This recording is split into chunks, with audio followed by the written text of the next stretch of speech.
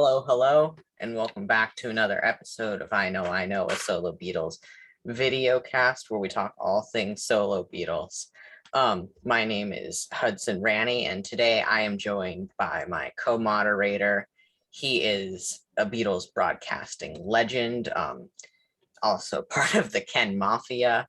Um, he is the one and only Ken Michaels. Hi, Hudson. Good to be with you. Yeah, I'm happy to be here. And today we have a very, very special guest, the one and only Youth. Youth, how's it going in Spain? Yeah, hi Hudson. Yeah, hi Ken. It's all good. Yeah, great. Yeah, great. So, to start off, I just want to briefly mention the picture that Paul posted on Instagram and Facebook of him getting vaccinated, spreading that important message. As we all know, Ken, you are the news expert of Beatles. Uh-huh. I actually never reported that yet, but I'll use that in my next show. Okay. You didn't know about it? I heard about it after the last show that I recorded. Yeah. For things we said today. Yeah, that was yesterday, I think. And yeah, that's about it. And we had the video. Ken, are you wild about that video? To Find My Way? I like it a lot. It's today's technology, you know, being able to reproduce a 1965 Paul in that video, and I really like the ending most of all, which is a surprise ending, which I never like to reveal when I'm talking about it, because I think everyone should just go to it, right now and watch it. Well, after this interview. Yeah. Youth, did you see that video that Paul put out? I haven't seen the whole thing. Okay. So getting into the questions, Ken, I'll let you start off since you were willing to join me. Okay, why don't we just start by if you could just tell our viewers how this whole thing started with you working with Paul. Was he familiar with your music? Because we know that you played in Killing Joke. Was he familiar with that at all? Yeah, I think so. Yeah. He actually said that a few days after I first started working with him, he said, "Yeah, some of my crew say you got a really heavy band. I heard they play hard." I was like, "Oh, cool." Which I took as a kind of compliment somehow. But I think I'm not sure he was that aware of what I'd done before, really. I think it was because I'd done an interview, and in the interview I was name checking him and the Beatles as being the real pioneers of sample culture and cut and paste hip hop culture from, Rubber Soul onwards, really. So and then I got a call from my manager saying, "Oh, look, pick up your phone. Paul McCartney's going to ring you. He wants you to do a remix or something." Paul rang up and he said, "Yeah, I like that interview. Cool. Would you like to come and do a remix?" I said, "Yeah, okay." So I went down there, and then he said, "Look, pick a track." He just finished an album, and go to it in his Hog Hill studios. And I said, what I'd rather do is just sample sounds and different elements of the multi-tracks and create a new piece, and then maybe get you to overdub a few things to it. He goes, "Well, that's different. Has anyone done that before?" And I was like, "I don't think so." He goes, "Yes, let's do that." Because I know he mentioned a few times that the Beatles had a thing about doing things that nobody had done before. And actually, with that film that's just come out, he's always on the cutting edge of technology. With the Peter Jackson film looks amazing as well, doesn't it? Right. And even with Linda, with her photography, they were doing things where she was managing to morph stills of the Grateful Dead together, so it was almost like animation, but it had this sort of like psychedelic quality. That was like a first as well. So yeah, I think that's a good star to navigate to as an artist, is to do things that no one else has done. Right. When I think about the first two Fireman albums, it reminds me very much of other things that Paul has done, like a Twin Freaks kind of thing, where you're using original tracks and mixing that with other That was, tracks. And hmm? well, that was kind of straightforward remixing, though, wasn't it? Yeah, It's definitely in the bandwidth of experimental for Paul, you know, like right. Thrillington, like that.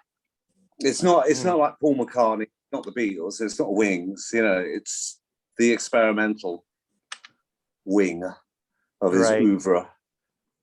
When you put together the tracks for those first two albums, were they tracks that you worked on from scratch? Were they all improvisational for the most part, or was a lot of it well thought out?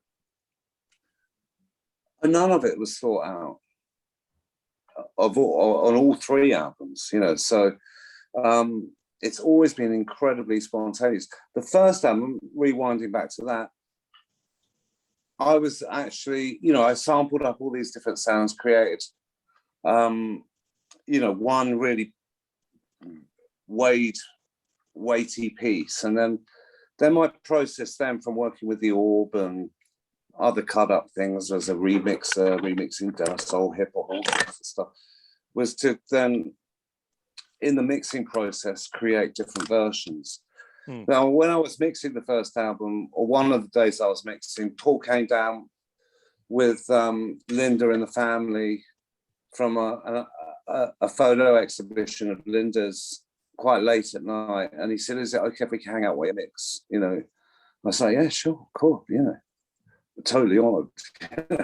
So they came down. They were quite, you know, buzzing from this exhibition. They had a few glasses of wine and some, I think, and ended up staying till about 4 a.m. while I was doing all these different mixes. And the next day, I gave him he said, "Give me a CD of all those different mixes." I said, "Yeah, well, the process is I'll do all these mixes and I'll kind of edit them down to one mix." He goes, "Yeah, fine, but just give me a copy of all the CD, all the different ones," which I did.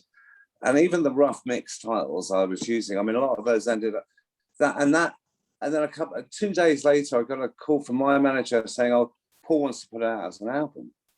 I was like, "Oh, but you know," I explained those were just like mixes for editing, and he goes, "No, you don't understand. He wants to put it out as an album with you and him as a band." Yeah.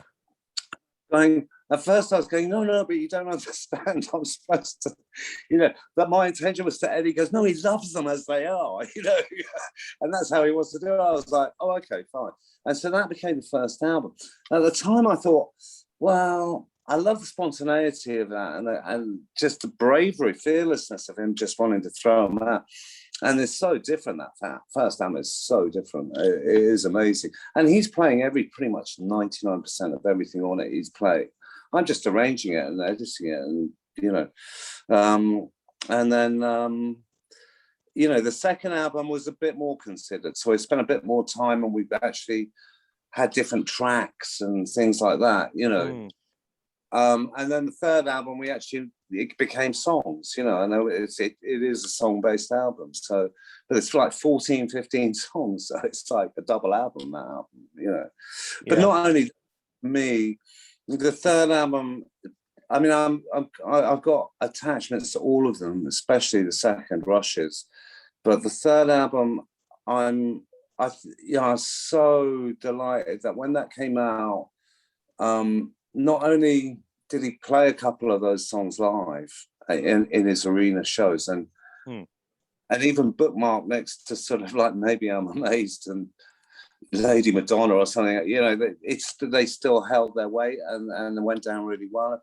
Even I think one of them's in his own personal top 20 of favorite songs he's ever written. So, you know, that delights me. And you know, the critical response was massive. I mean, Rolling Stone said it was his best album since Band on the Run and stuff like that.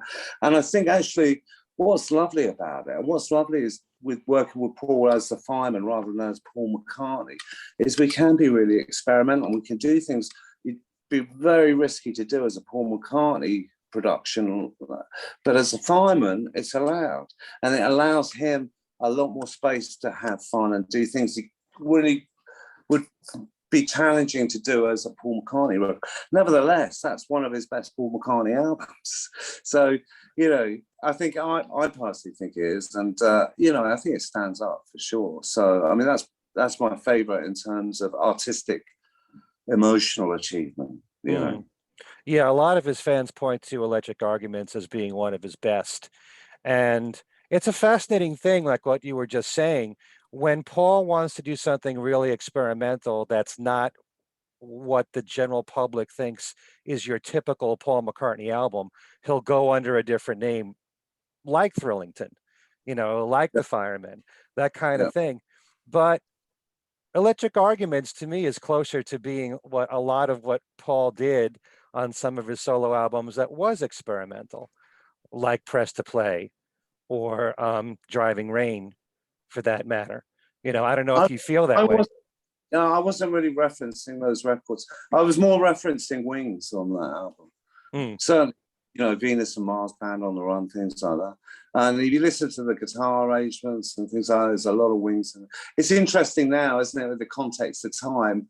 You know, Wings wasn't critically acclaimed at the time in the 70s, and even though that it was a massively successful project and band for him, coming off the Beatles, it was bound to be you know, difficult for people to accept as something else, you know. But 30, 40 years later, Wings is as classic as anything up there with the Stones or the Beatles. In fact, when you hear him play them live, you hear like Maybe I'm Amazed next to, you know, whatever, Tomorrow Never Knows or whatever.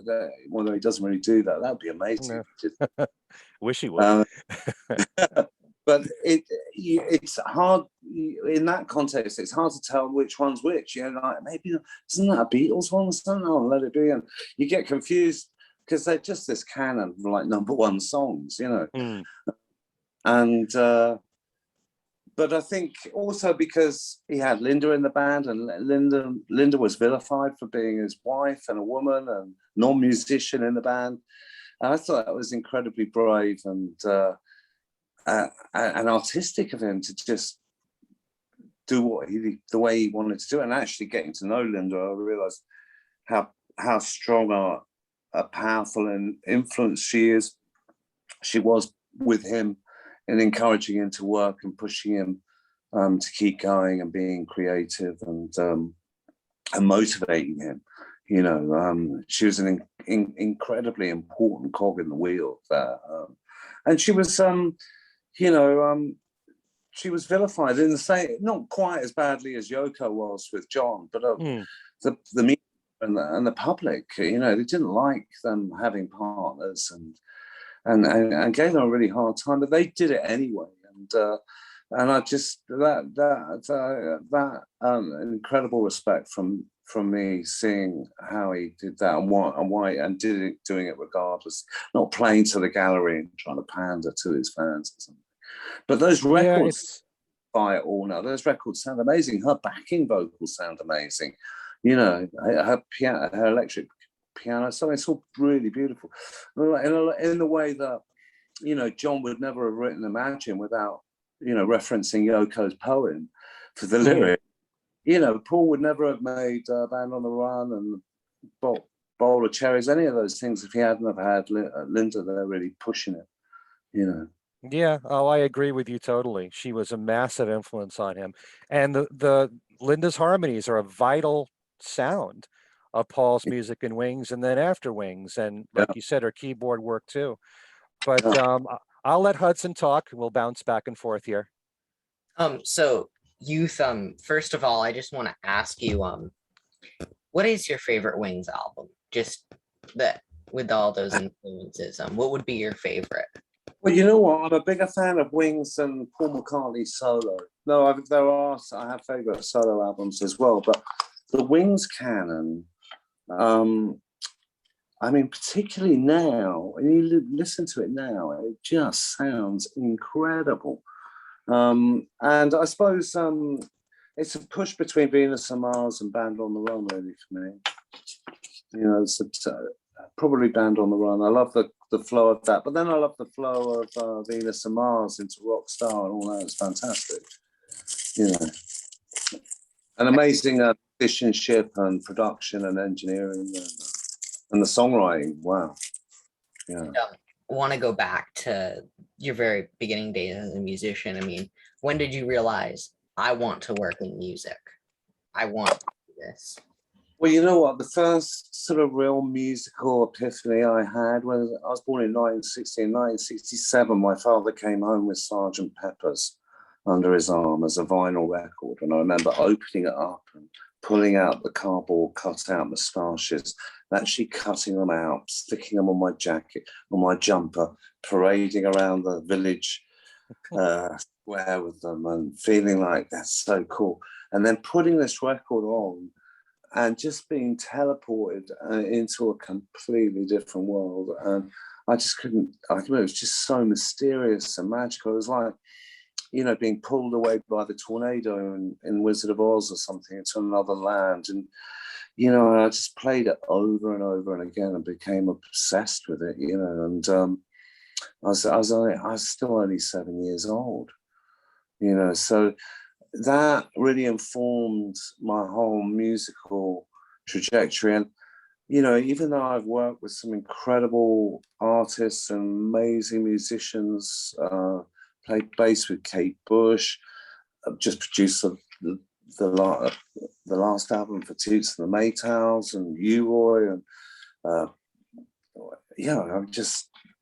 I'm unbelievable artistry, and I've borne witness to and helped give birth to some incredible records, Bittersweet Symphony. I'm not even mentioning the Killing Joke canon, but still my most powerful experiences with music has been predominantly as a fan, starting with Sgt. Pepper's and going into my early teens with Bowie and glam rock, and then Led Zeppelin and hard rock, AC/DC, and then weirdly enough, soul and funk and disco. I mean, I feel really blessed I was born when I was, because I caught the 60s. I caught Sgt. Pepper's. I was only 7, but I remember that summer of love. I remember the vibe of it. I remember the drinks parties. My mother was a model. My dad was a bit of a villain. They had these really glamorous drinks parties, and there were no drugs, but there was a lot of flirting and beautiful people, and the Beatles being played. You know, and that innocence that when you listen to a Francois Hardy record now, you hear that innocence. There was some outtakes I heard actually the other day of some Beatle outtakes, and it sounded like John and Paul were playing a Francois Hardy song and singing in French, but they were taking the piss. It was like a home recording or something. Huh. But again, even through that, it captured this innocence that's gone, long gone. You can't find that innocence anywhere in the world now. So when I put Francois Hardy on, an album on now, I can remember those feelings. It brings those feelings back in rushes and waves for me. Same 70s, I call it the classic rock period. Then I call it classic disco and funk, reggae, Bob Marley, and then punk. I was 16 when punk broke. 17, 18, started Killing Joke, considered one of the best debut albums ever made. Made that at 16. And then 10 years later, Acid House, The Orb, the KLF, complete revolution, remix revolution, digital revolution.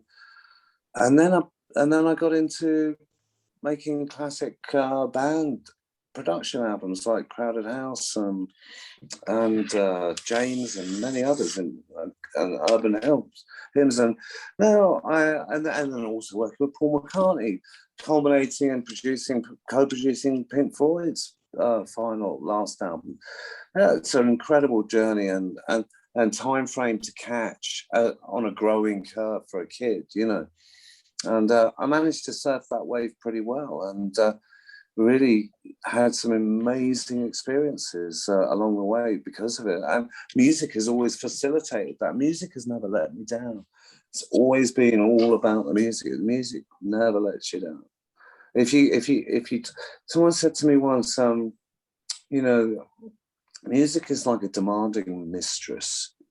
And if you give her the right amount of attention and devotion, she'll show you some rewards. But if you start thinking it's you that's giving you those rewards, she'll rub your face in the piss-strewn gutter without looking back. And so I've always been very devotional towards music and the inspiration and the muse and what I do, whether it's making music or writing or poetry or painting. And music has never let me down. So it's my mojo, you know. Beautifully said. I think you should have your own YouTube channel there, Youth. Pass your wisdom to everybody else, because really, music, I can't imagine a day of my life without music. I couldn't. Yeah. And do you think that, is there a lot, like with the Electric Argument stuff, are there outtakes of those songs at all? Or was it really? Oh, there's probably a few early rough mixes, but you know, we did that album we did so quickly. Interestingly, as we just passed the Celtic Festival of Lunasad a day or so ago, Paul liked the idea of us recording on the pagan Celtic festivals of Lunasad, Beltane, Solstice, Equinox. And so Electric Arguments was all recorded 3 days over each festival over 6 months. And in those 3 days, we probably record 3 or 4 tracks from start to from nothing to finished. And we get 1 or 2 a day. An incredible, fearless work rate. And we just, I don't know if it was that or that, and the techniques I was using to navigate were different on that album, but things suddenly really started flowing from nothing. And that's no mean achievement when you're working with an artist as established as Paul, because when they're that established, they're that high up, if they look down on what they've done before, it's a long way down on it. And then they're looking down on some vast, big mountains, you know, the Beatles. And the thought of actually trying to do something fresh on the blank page today that could come anything near that is just terrifying and futile in a way. And it's that fear that kills most of those artists' creativity. They don't find the courage to go beyond that, and that's why a lot of artists who are that established in those later years don't make good records. You know, Dylan does, a few people do. I mean, the thing is, as soon as you start drawing on that page, those fears go away. But artists are very good at not only avoiding doing that, but self-sabotaging it when it does happen for themselves and the work. And they can be very clever at that, especially established ones, because it's terrifying. You know, I spent like a good chunk of time working with Axl Rose on Chinese Democracy. That ended up taking 10 years out. You know, I mean, most of that was, you know, very cleverly constructed avoidance techniques, you know. Whereas with Paul, I mean, even though he's one of the handful of the biggest artists in the world, he possibly because of why he's one of those biggest artists, because he really just threw himself in. But I did make it, the whole process, a lot more fun and engaging and kind of artistic. And it wasn't just like, okay, go and write a lyric. We were doing lots of Ginsberg and Burroughs cut-up techniques and referencing loads of things. I was getting in every morning referencing lots of, from English folk rock to German electronic psychedelic music of the 70s, preparing kind of little sound bed jam vibes. I'd get in about 9 a.m. and start doing that, and he'd come down about 11, and then I'd say, okay, here's a few ideas I've got going. Why don't we pick one? You know, which one talks to you? And we just start from there and carry on, you know. And it just went super fast and super good flow. But I must admit, it's just me and him in there. So, and my engineer and some of his engineers. So the more musicians and artists you've got there, the slower it go. So when it was just me and him, it was super fast. And then he could just become this sort of human jukebox for me, I could say. Oh, let's try a sort of Beach Boys style electric piano, or get on the drum and give us a Phil Spector beat, or, you know, give us some Baroque harpsichord on this. And, you know, he was, and he just, I think we really enjoyed it. It was a really good flowing process. There was no time for any blocks or awkward, you know, silences. It was just pure flow, and the music just poured out of them, and those songs are just wow. The great thing when you work like that is you get to the end of the 3 days and listen back to what you did on day one. You're like, what's that? You can't even remember writing it or recording it. You know, they're just like out of the air, fully formed or something. It's really magical, beautiful. Yeah, you know, that's the thing about Paul, is that he's always looking for different ways to record. And in this particular instance, when you're working on a song from scratch, you know, that's got to be such an exhilarating experience to see it take shape, you know, all in one day, as opposed to Paul coming into the studio, I've got this whole song written out. What can you do with it? So can you go through the process of just pick any song that you want and just tell us what it was like to see this song take shape all in one day? Yeah. Well, you know, Paul, like a lot of you know, major artists, will have the pick of the best producers, the best engineers, the best labels, the best managers in the world, best agents to create his art with, right? So, like on his last few solo albums, he's had quite a few producers in, which is the current vogue of things. You know, you might have 6 producers credited on one Taylor Swift track these days, you know. And you know, and he's but then, you know, he has the pressure of having to write the songs. Sometimes he'll get a writing collaborator, very rarely. I think it's only Elvis Costello and a couple of others he's done that with. Well, otherwise just him writing the songs, and then presenting them to the producer, and the producer helping record and arrange them, you know. And that could be Mark Ronson, or, you know, any number of top producers. Greg Kirsten. Yeah, but that's right. You know, some are a bit more middle of the road, some are a bit more edgy, you know. But the pressure for those producers going in on that session is incredible. I mean, you cannot imagine. And the pressure for Paul to go behind the other side of the glass with a big producer like that, looking at it and going, go on and show us what you got. I mean, Nigel Godrich is a good friend of mine. He did Flaming Pie, and he was asking me some tips before he went in to do that. And I said, look, the hardest part is getting the songs up there, you know, and the song caliber has to be incredibly high for Paul because of who he is. But how you tell Paul McCartney that song isn't quite cutting it, it's a really you know, rarefied art. George Martin put it down to sort of tact and diplomacy, which is a really good way of putting it.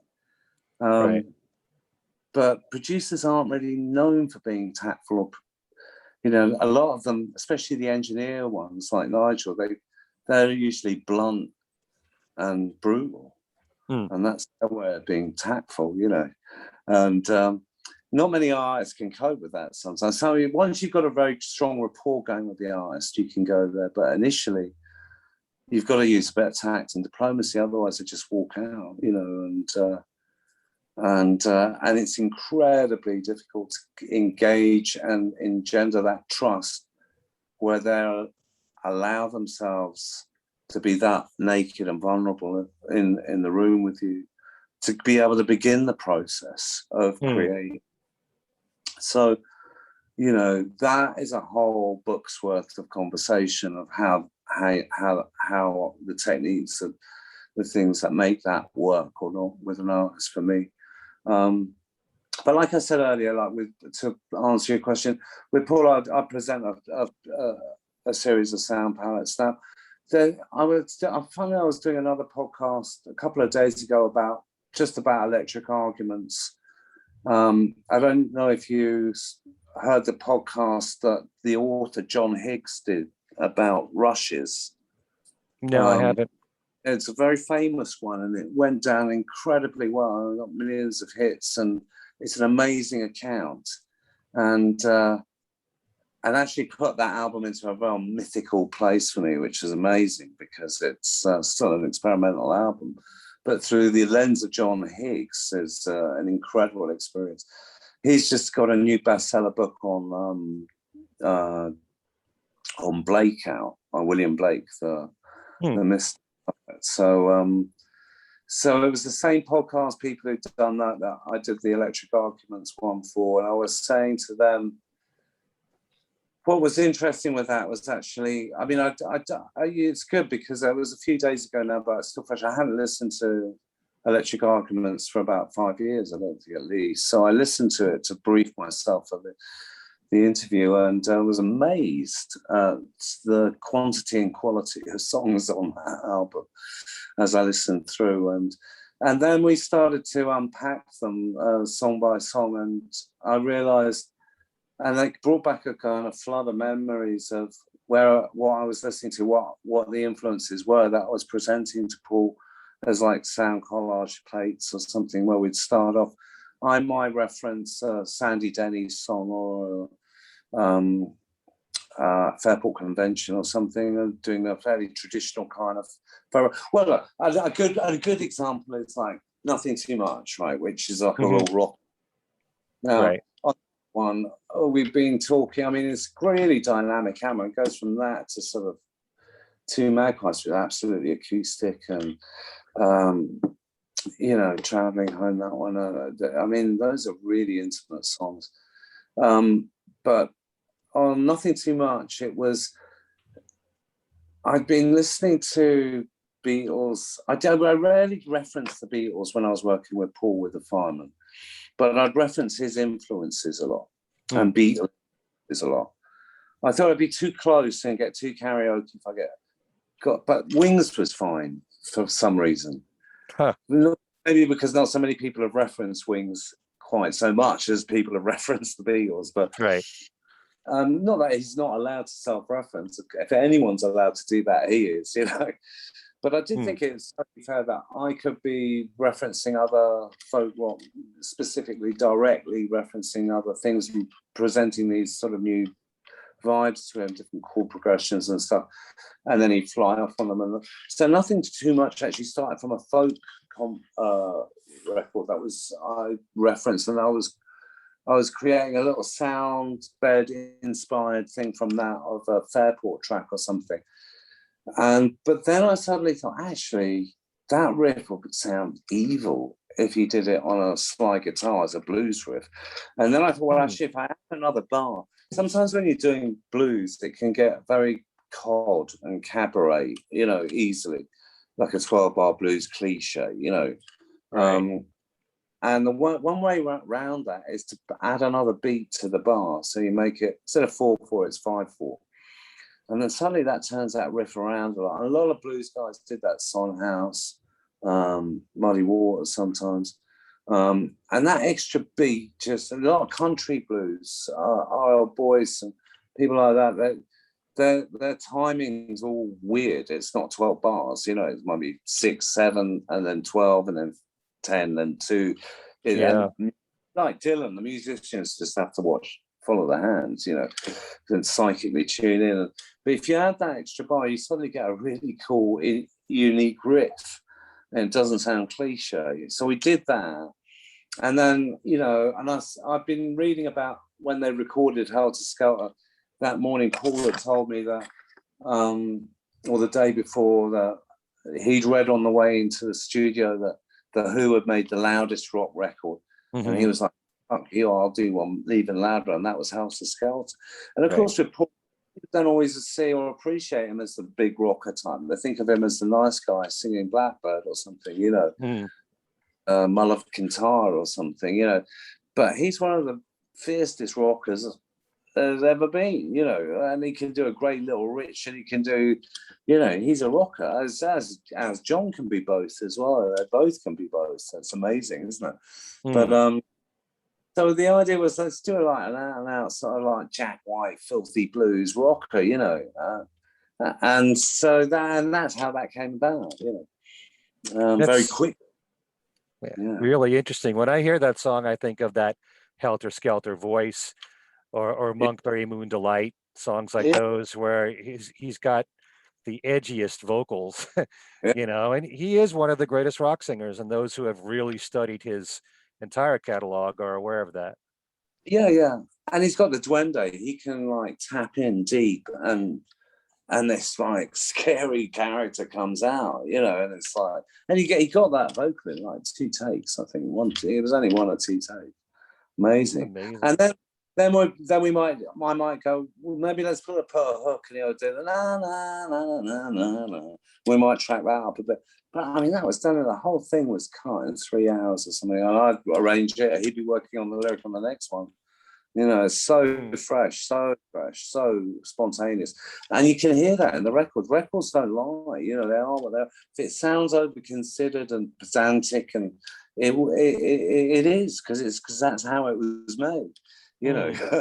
But if it sounds raw and visceral, and, you know, then it doesn't lie. It is what it is, you know. You know, if you look at the first 2 Fireman albums, the credits read that the songs were written by the Fireman. And if you look at the last album, Electric Arguments, it says that they were written by Paul McCartney. So do you look at these songs as being really songwriting collaborations, or does it have to be that you contributed to the lyrics or the melody for you to be a songwriter? Because you're contributing in your own way through inspiration, wherever it's drawn from, whatever ideas you bring to the table before Paul adds his stuff. Do you look at it as a songwriting collaboration, or you are more the producer and arranger for his ideas? It's all those things. I mean, you know, he entrusted me as a collaborator to do whatever I wanted. So I took that remit seriously, but it's still his record. Whether credited to Paul McCartney or the Fireman, it's Paul. You know, it's all Paul. And as far as even though I'm collaborating and I'm helping sometimes with the lyric suggestions or process or chord structure or arrangement or overall direction, it's all through the lens of Paul McCartney. Not necessarily Paul McCartney. If I was thinking of this as a Paul McCartney and Youth record, it would be very, very different.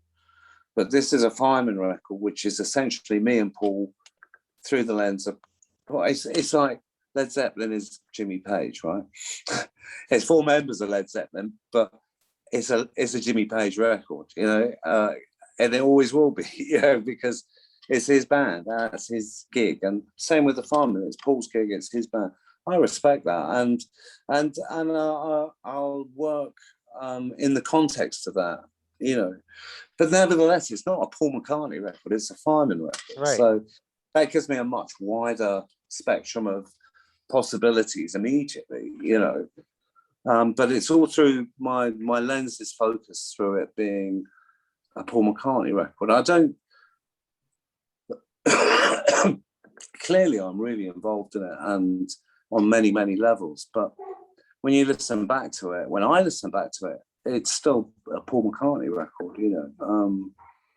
It's not a Paul McCartney and Youth record. Even if it is, it's a Paul McCartney record. You know, if that answers your question. You know, you talk to fans and it's a very complicated thing. To some people, like myself, I look at Beatles, Wings, solo McCartney, Fireman as all one body of work. But you can easily break it down and say, well, a Paul McCartney album is not the same thing as a Wings album, is not the same thing as a Beatles album. So it's all in the way that you look at it, really. When you see it live in context to a live show, it's just Paul McCartney. You know? Right. Yeah. And it's all Paul McCartney. I mean, it's like when I'm working with David Gilmour with Pink Floyd, I'm not going to be like, oh, have I got my bit in there? You know, my bit's insignificant. It's about them. You know? My bit is there to facilitate them. Yeah. Full stop. You know, but in the end, it does become a collaboration. You can see elements of what I do, but from my intention and context, it's all about that. Yeah. Okay. Youth, just because one of my good friends and one of Ken's friends, Darren DeVivo, was a big Pink Floyd fan, and unfortunately a Mets fan. So am I, Hudson. I know. I had to throw that in there. But how did you get involved with Pink Floyd? Working with Pink Floyd? Yeah, I got a call from David inviting me to come down to his barn in Sussex and listen to some music, which I'd assumed was going to be some solo work. And I went down there. It was a glorious summer's day, and picked me up from the train station in a soft top, super fast, funky Mercedes sports car. Drove really fast down these country lanes to his country lair, and he had a barn set up with a home studio set up above the barn, which is just idyllic, and little swifts and swallows flying in through the windows, nesting inside, and some fairly lo-fi setup, but some serious equipment nevertheless. And it allowed him to basically record a lot of things on his own on Pro Tools in that setup without a team, which I think it was the first time he'd ever been able to do that. He really enjoyed it. So anyway, he started playing me some music, and I said, oh, this sounds like Pink Floyd. Because, yeah, duh. and that's when I realised he's playing me actually a Pink Floyd record and not David's solo album. And and then he discussed about whether I'd be up for co-producing it with Phil Manzanera and himself. He'd already spent 2 or 3 years on it, and they got a little stuck with it. And if I'd come in and give it a bit of an arrangement perspective and suggestions, and I was delighted to accept it. And I took it away. I took it back here to Spain, where I am now, to my studio here, and spent. Funnily enough, the album's like 4 tracks that are each 10 minutes long, and what he gave me when I went away was one track, which was like 10 minutes, but there were about 4 or 5 different movements in that one track, and I actually spent a month turning that into a 40-minute album in the arrangements, and and adding suggestive elements of guitars and bass or whatever, and drums. And then I took it back to David, and he was like, wow, that's amazing. That's only the first track. I was like, oh, but that's actually quite Pink Floyd in a way. Turn one track into at least half a side of the album. And interestingly, we ended up keeping a lot of those elements from that first 40-minute draft I did. And then I went through the other 3 elements, but and then we spent a lot of time overdubbing to these new arrangements, real drums, replacing my guitars with David's, and basses with Guy or David or whoever. And of course, that whole album was really a homage to Rick Wright, who died, and there were outtakes from A Delicate Sound of Thunder album, and outtakes from Momentary Lapse of Reason and things like that that hadn't been heard. We'd actually found one of the engineers at the Astoria studios of Floyd's, David's amazing boat studio, that had been Charlie Chaplin's manager's sort of gin palace in Richmond. We found a tape of Rick playing organ at the Albert Hall on a sound check, and I ended up editing about 5 minutes of that out of a 20-minute recording. I think he was playing a symphony he was writing.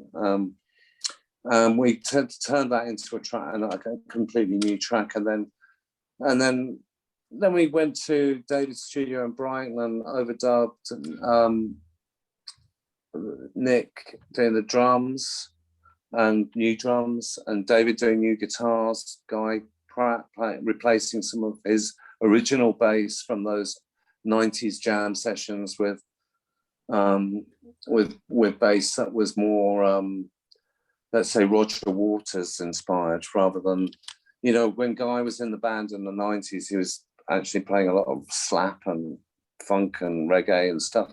And we kind of went back to that classic vintage Floyd, you know, Roger playing with a pick. And actually David had Roger's original precision, I think, from Dark Side of the Moon, still in the studio, with a bit of foam to mute it.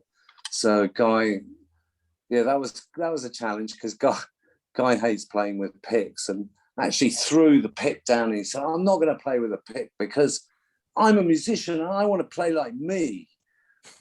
And David looked at me and I looked at him and I looked at Guy and I thought, fuck, you know. And David said, okay, do it the way you want to do it. And I thought, I better take a back seat, because I went to school with Guy. I've known Guy since I was 12. And, you know, Pink Floyd's normally his gig, you know. So I had to tiptoe around a few, you know, sort of, I was the new boy. So I sort of stepped back and David let Guy do a take with his fingers. And I think about 2 minutes in, David said, Guy, maybe try it with a pick. And Guy went, yes, of course, dude. Just did it. And it was like, that was it. But I think it was really about, you know, when David's brief to me on that album was really, that really haunted me and rang true, was make it sound like us. Because when the original jam tapes and stuff, it didn't actually sound like that much. It weirdly sounded like the Orb a lot, because they were using loops, and it was the early 90s. And so I had to take it away from that and make it sound more vintage 70s Floyd, which I think I did quite well. And between us, made quite a really beautiful record. So, yeah, very happy with that. Very nice. We've got to get you in touch with Darren DeVivo. Yeah. He'll just be absorbing all this, like, you know, he'll be in space for a while. The one last question that I will ask you is there going to be another Fireman or album? Well, it's a good question. There's generally a 10-year gap between them. So, I mean, we're due one. And of course, I'm always open to it. So who knows? Actually, I thought his last lockdown album, 3, had a lot of Fireman feelings to it. I agree. Yeah. I heard right from there. Yeah, I was really pleased to hear that, and him doing it on his own. I thought, oh, he's doing a Fireman on his own, and that was great to hear. And there's some great songs in it. I thought it was a great album. And I thought, again, with the marketing of trying with the reimagined version, getting people to do covers of it instead of remixes is a new way of, it's again doing something different. Though again, I didn't think they sounded anywhere near as good as his original version, so that made him look good as well. And what was your take on that? The McCartney 3 Imagined? Yeah, I like it a lot. You know, it's a combination of doing complete covers or taking the multi-tracks and building around it, like with Find My Way with Beck. Or Phoebe Bridgers doing her own version of Seize the Day, which isn't too different from Paul's, really. Yeah. But I like what was done with Pretty Boys in particular. But that's kind of similar to, you know, lifting lines from the song with Paul's vocal and then adding completely new backing tracks to it. Yeah, that's right. Yeah, I thought it was artistic. I thought it was good, but I still prefer his original cut. Yeah. You know, it's nice. It's kind of like, you know, there's a lot of cover versions of Beatles songs that I love through the years, but I'll always say I love the Beatles recordings best. Of course. Of their own songs. So it's kind of the same thing. Can I ask a few last questions here? Because I wanted to just bring up the Rush's album, and Aura Veda is a track that I like a lot. And it's got all these Indian instruments in it. And I'm wondering if were they all real Indian instruments, or was it all synthesized or sampled, or what? No, they're all real. Paul's got tablas, sitars, all sorts. Yeah. We were bowing Bill Black's bass for a drone, and yeah, it was kids in the toy shop, really. Yeah. That's interesting. I mean, you can take something like I think it's a tambora, and get a drone sound out of that, but he used the bass instead. Yeah, well, we used both often. We did that on Electric Arguments as well. Traveling Light, I think he's bowing the double bass on that. And that was interesting, getting him to sort of sing low, like in a Johnny. My vibe on that was like, let's do this one like if it was Johnny Cash singing it. Both Paul and David Gilmour are great to direct, because I could go to David, do you like Hank Marvin? And he goes, do I like Hank Marvin? And pull the strat and play me Apache. And like, whoom. And then I go, okay, let's do an overdub as like if you were doing it as Hank Marvin. And go, yeah, give it a hand. Yeah. And he'd do this amazing thing. And then I might say for the next take, I might go, okay, maybe let's try one with the Les Paul and a warmer tone and go more Peter Green. And he'd go, oh, I love Peter Green. And so for me, like I was saying earlier, my peak experiences and often the great musicians that I've worked with and artists, they're bigger fans than they are artists, and if you appeal to the fan in them, you're going back to being kids again, and it's a lot of fun. So I think I suggested, maybe sing this one as if it was like a Johnny Cash, singing Lord. And it came out great, and I've never heard him sing like that. And it's like, again, a bit like a human jukebox, And I go, try Fat and Swallow piano on this, or so, anything you can imagine, he can do. An incredible musician, and more importantly, not afraid to be a fan and play it, rather than, I have to go and be me and write this and work this solo out. Exactly. I mean, and we are, reading interviews with Jimmy Page and stuff as well. When he got to do his solos on Stairway to Heaven and stuff, they weren't prepared. They were like spontaneous takes, and he'd have to do them at the end of the album, and he'd just like knock them out. Yeah. And I'd like that. Big part of it for me with production is I want to hear the struggle. I want to hear them reach hard, like really difficult to get that duende, to realize that, manifest that world spirit that they're tapping into. I want to hear that. I don't want that to be too ironed out. And those albums, the Electric Arguments especially, you can really hear that. You can really see the dirt under the nails of it, and that gives me goosebumps. Yeah, one of the things that I love most about Electric Arguments is that you got so many different types of vocals coming from Paul, like Nothing Too Much, that screaming voice. Yeah. And then doing an acoustic song like Two Magpies. I love when he reaches high and like Dance Till We're High, for example, or Sing the Changes, or one of those songs. But I think you were referring to, when you were talking about Johnny Cash, a Johnny Cash vocal, there's Light from Your Lighthouse, which is really, he's singing low and he's singing falsetto at the same time. Yeah, that's right. Yeah. And when we were doing that, it was like, which one's going to be the lead? And I said, I'm not sure. Let's just see. They ended up the baritone, I think, is more the lead in a way. But I don't know. It's a really great technique, isn't it? I love it. Oh. He could do so many things with his voice. Yeah. But it's, like I was saying, to be given a Paul McCartney solo gig, it's so hard to maneuver anything outside of that concrete sort of perception of what that is, to be able to create things like that happening. It